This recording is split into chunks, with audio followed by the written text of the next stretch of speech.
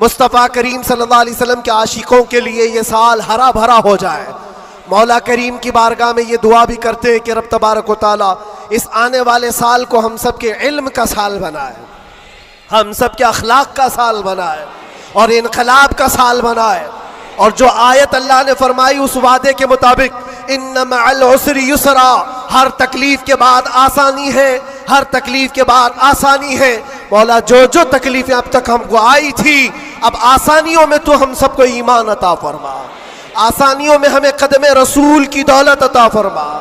और बस इतनी दुआ करो मेरे अजीजों, जब हमारे जाने का वक्त आए तो रब तबारक व तआला हम सब पर इतना एहसान करे कि इस कायनात में हर रंगो बू को देख लिया, सूंघ लिया, हर शक्ल व सूरत को देख लिया और पहचान लिया। बस ये आंखें तरसती हैं इस बात के लिए, कुछ ऐसा कर दे मेरे किरदिगार आंखों में, हमेशा नक्श रहे रुए यार आंखों में। उन्हें न देखा तो किस काम की है ये आंखें, कि देखने की है सारी बहार आंखों में। रब ताला की बारगाह में दुआ करो, मौला तेरा ये बंदा तुझसे आज ये इल्तिजा करता है, इस नए साल की बरकत में दुनिया मिठाइयाँ तकसीम कर रही है, हमें इनाम में तू दीदार रसूल अता फरमा दे। इस आले रसूल की बरकत से मौला मरने से पहले हमें ज़ियारत मुस्तफ़ा नसीब फरमाए, वो शक्ल सूरत मुस्तफ़ा जो आंखों में बस जाए तो दुनिया का हुस्न हेच हो जाए। मौला करीम हमको उस हुस्न का परस्तार बनाए, उस हुस्न का आशिक बनाए। इस बात को आज तय करके उठो कि मैं मेरे नबी का गुलाम हूं, तो मैं पहले ये पढ़ूंगा कि मेरे नबी कब पैदा हुए, उस वक्त हालात क्या थे, हुजूर पाक सल्लल्लाहु अलैहि वसल्लम का बचपन कहाँ गुजरा, हुजूर पाक ने पहली शादी कहाँ फरमाई, हुजूर पाक सल्लल्लाहु अलैहि वसल्लम की औलाद कितनी हुई, नबी पाक सल्लल्लाहु अलैहि वसल्लम के सहाबा में जलीलुल कद्र कौन है, हुजूर मक्का में कितने दिन गुजारे, मदीने में कितने गुजारे, कौन सी जंगों में शरीक हुए, कौन सी जिहाद में, कौन सी जंग में हुजूर पाक के दंदाने मुबारक शहीद हुए, कौन कौन सी मुसीबतें हुजूर ने उठाई और क्या क्या दुआएं उम्मत के लिए की, ये सब तुम्हारे हिस्से में आना चाहिए। मेरे अजीजों, एक बात मुझे याद आती है, एक नौजवान का किरदार बड़ा अजीब था। मीलाद का दिन था 12 रबीउल अव्वल, शायद मैंने यहाँ दोहराया हो ये बात। मैं ट्रेन से उतर रहा था, एक नौजवान मुझसे कहने लगा, हज़रत मैं चाहता हूँ कि आज हुजूर की बारगाह में कोई अच्छा तोहफा पेश करूँ। सब झंडे, कुमकुमे, मिठाइयाँ सब लगा करके तो तोहफे पेश करते। उसने कहा मैं कुछ ऐसा करना चाहता हूँ हुजूर पाक सल्लल्लाहु ताला अलैहि वसल्लम को खुशी हो। मैं उतर रहा था, अचानक ज़हन में बात आई, कहा अल्लाह के नबी के अखलाक ये थे कि वो बूढ़ों की मदद करते, उनका बोझ उठाते थे। मक्का में हुजूर मशहूर थे इस बात पर। हम उतर रहे हैं, देखो ट्रेन से कोई बूढ़ा उतर रहा, उसका सामान उठाकर पहुंचा दो, सुन्नत है ये भी। और आज 12 रबीउल अव्वल है, तुम हुजूर की बारगाह में खिराज अकीदत पेश कर। ये बात कहा और मैं गुजर गया। वो जवान एक बूढ़ी औरत 2 बड़े बड़े शॉपर लेकर आ रही थी, उसके पास गया और कहा कि अम्मा जी मुझे दो, मैं उठाता हूँ। वो पहले तो घबराई, कहा कि तू क्यों उठाएगा, तू कुली है क्या है, मेरा सामान क्यों? नहीं दूंगी, नहीं दे रही थी। और क्यों दे अजनबी को कोई? इसने इसरार किया, अम्मा जी दे दो दे दो, उठा लूंगा। कहा इतना क्यों कह रहा है बेटा, तू सामान लेके भागना है, क्या करना है? उसने साफ साफ समझा दिया, अम्मा जी बात यह है आज 12 रबीउल अव्वल की तारीख है, हमारे प्रॉफेट मोहम्मद सल्लल्लाहु अलैहि वसल्लम का जन्मदिन है और उनकी आदत थी कि वो बूढ़े लोगों का बोझ अपने हाथ उठाते थे।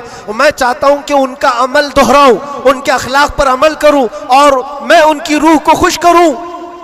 बूढ़ी के दिल में बात आ गई, कहा ले ले बेटा, तू तेरे नबी की बात कर रहा है, आज तुम्हारा कोई त्योहार का दिन है, ये करना है तो करो। वो शॉप पर लेकर के गया, उसको जहां तक पहुंचाना था पहुंचाया। ये बात आई गई, गुजर गई। हम भी तो सोचते हैं कि छोटी सी बात है। 6 महीने गुजर जाने के बाद, 6-7 महीने के बाद उस नौजवान ने मुझसे कहा कि हजरत वो बूढ़ी औरत जिसका मैं सामान उठाया था, वो अभी राब्ते में, कांटेक्ट में है, अभी आई और कह रही है कि बेटा 6 महीने गुजर गए, अब तक मैं तेरे नबी का बायोडाटा ही पढ़ रही हूं, अब तक मैं उनके अखलाक ही पढ़ रही हूं। कहा क्यों? कहा तेरे उस अमल ने मुझे इतना मुतासिर किया कि इस जमाने का कोई जवान, अरे मेरे बेटे मेरे पोते नहीं आए मुझे लेने, किसी और का बेटा मेरा सामान उठा रहा है, इसके अंदर इतना असर कहां से आया? और जब तूने बताया तेरे नबी के अमल है, मैंने सोचा कि उस नबी को क्यों ना पढ़ूं। पढ़ते पढ़ते मैं इस मकाम पर पहुंच गई। बताओ तेरा नबी कहां है, मैं भी जाऊं गुलामी में शामिल हो जाऊं। वाह वाह वाह वाह, सुभान अल्लाह। तुम्हारे अखलाक से इनकलाब आ सकता है, तुम्हारी आदत से इनकलाब आ सकता है, लेकिन जब तुम खुद सीरत नहीं पढ़ना चाहते तो दुनिया तो फिर यही ताने देगी कि आतंकवादी है, ये दहशतगर्द है। इनके मुंह पर थप्पड़ मारने का तरीका यही है। हम तुम्हारी सर्टिफिकेट के मोहताज नहीं है, हम तुम्हारे बोले जाने से कुछ भी परवाह नहीं करते। तुम्हें अपने नबी के अखलाक करके दिखाना है, करके दिखाना है, नफरत नहीं। हुजूर पाक सल्लल्लाहु ताला अलैहि वसल्लम से अगर मोहब्बत है तो उठो और इल्म को आम करो।